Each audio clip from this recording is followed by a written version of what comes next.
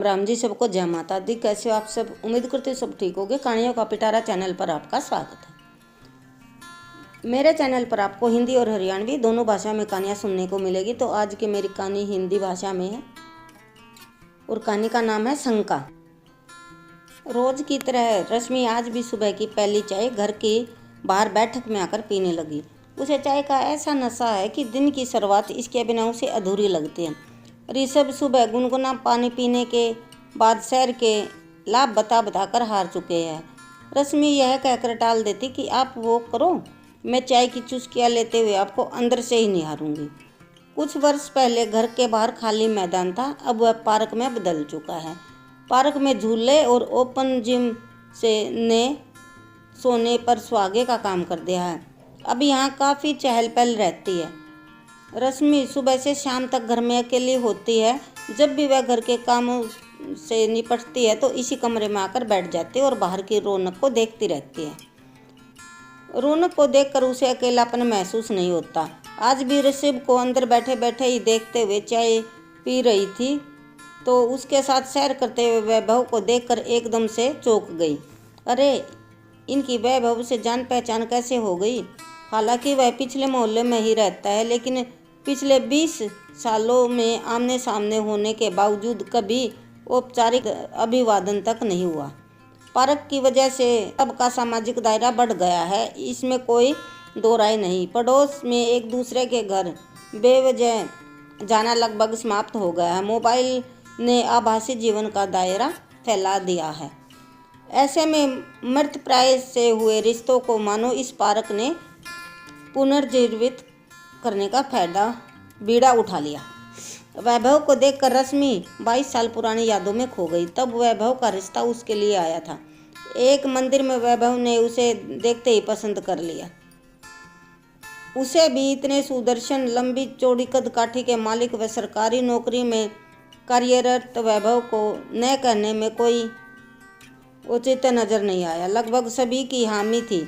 दोनों तरफ वाले 2 दिन बाद रिश्ता पक्का करने का वादा कर आपस में विदा हुए, किंतु अगली सुबह पंडित जी ने एक और रिश्ता लेकर पहुंच गए। देखने में क्या हर्ज है, एक बार, यह कहकर पंडित जी ने पिताजी को राजी कर लिया। पिताजी के बार बार आग्रह करने पर माँ और मुझे हामी भरनी पड़ी। ऋषभ भी बुरा नहीं था, हल्का सांवला रंग लेकिन आकर्षक, पढ़ा लिखा ऋषभ रश्मि को देखते ही पसंद कर गया। किंतु रश्मि के दिल में तो वैभव घर कर चुका था। घर आकर ऋषभ और वैभव की तुलना पर कुछ दिन चर्चा चलती रही। पिताजी को व्यवसायी ऋषभ के साथ रश्मि के भविष्य अधिक सुरक्षित नजर आ रहा था, लेकिन रश्मि की नज़र से यह वैभव से ज़्यादा सुखी जीवन जी सकती थी। अंत में पिता के तर्कों का पलड़ा भारी रहा और ऋषभ के साथ उसका विवाह हो गया। वैभव ऋषभ के पिछले मोहल्ले में ही रहता था। यह बात उसे विवाह के बाद मालूम हुई। बीबी जी, रश्मि की तंद्रा भंग हुई। काम वाली न जाने उसे कब से आवाज़ दे रही थी। वह उठी और रसोई के रात के जूठे बर्तन बाहर निकालने लगी। ऋषभ भी सैर करके आ चुके थे। उन्हें चाय की प्याली पकड़ा कर वह बच्चों को उठाने के लिए चल दी।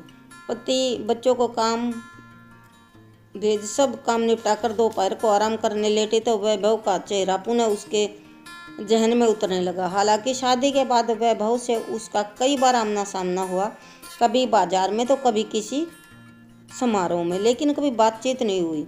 वह एक टक देखता जरूर, मानो कुछ पूछना चाहता हो, लेकिन वह अपनी पत्नी के साथ रश्मि ऋषभ के साथ जानकर दोनों अनजान बन जाते। दोनों अपनी अपनी मर्यादाओं से बंधे रहते। अब यह शुक्र था कि दोनों परिवारों का आपस में आना जाना नहीं था, वरना स्थिति खराब हो सकती थी। ऋषभ को इस बारे में कुछ भी मालूम नहीं था, लेकिन अगले दिन सुबह ऋषभ और वैभव फिर से एक साथ सैर कर रहे थे। इतने सालों के बाद सहयोग क्या परिणाम लाएगा, रश्मि सोचकर डर रही थी। कौन है ये साहब? रश्मि स्वयं को रोक न सके और आते ही ऋषभ से पूछने लगी। अरे कौन? वैभव इसे नहीं पहचानती? पीछे ही तो रहता है, बहुत बढ़िया इंसान है, एकदम बेबाक, खरा और स्पष्टवादी। ऋषभ अपने ही रो में बोले जा रहा था। लेकिन ये नया दोस्ताना? रश्मि धीरे से बुदबुदाई। बोलचाल भी हुई तो क्या हुआ, पड़ोसी वाले जानकारी तो बरसों से है। ऋषभ ने लापरवाही से कंधे उकसाई। अब भी ऋषभ और वैभव की दोस्ती परवान चढ़ने लगी। शहर के अलावा एक दूसरे से मिलने लगे। ऋषभ जब तब वैभव का गुणगान करता, इस बात से बेखबर कि रश्मि अंदर ही अंदर किसी अनहोनी की आशंका से पिघलती जा रही है। वह चाहकर भी कुछ नहीं कर पाते। आज ऋषभ ने ऑफिस से आते ही रश्मि से कहा, अगले हफ्ते कार्तिक के जन्मदिन की पार्टी पर वैभव को अवश्य बुलाएंगे। रश्मि सोचने लगी, इस पार्टी में तो माता पिता जी व भैया भी होंगे। वर्षों बाद वैभव को देखकर जाने वो क्या सोचेंगे। यह सोचकर ही उसका दिल बैठने लगा।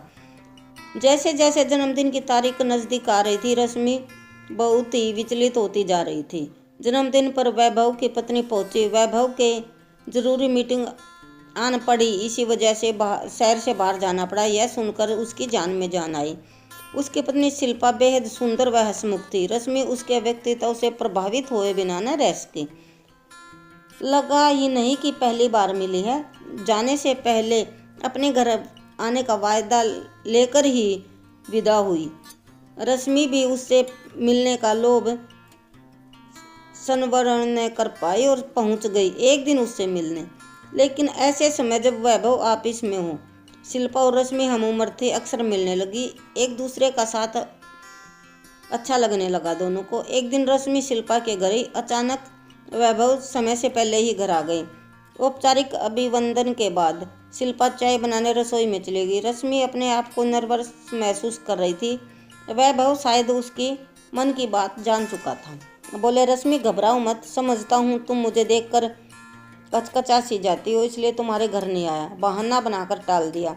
यकीन मानो तुम मेरा अतीत हो। उस वक्त बुरा जरूर लगा था, लेकिन शिल्पा जैसे ही जीवन संगनी बनकर आई, भगवान मेरे लिए कुछ बेहतर जरूर सोचा था।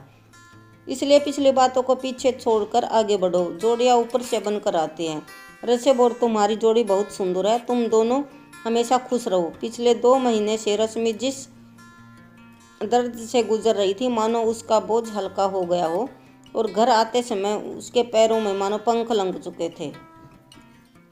अब ऋषभ और वैभव की दोस्ती के साथ साथ शिल्पा की दोस्ती भी बहुत ही गहरी हो चुकी थी और दोनों आपस में मिलकर बहुत खुश रहती थी।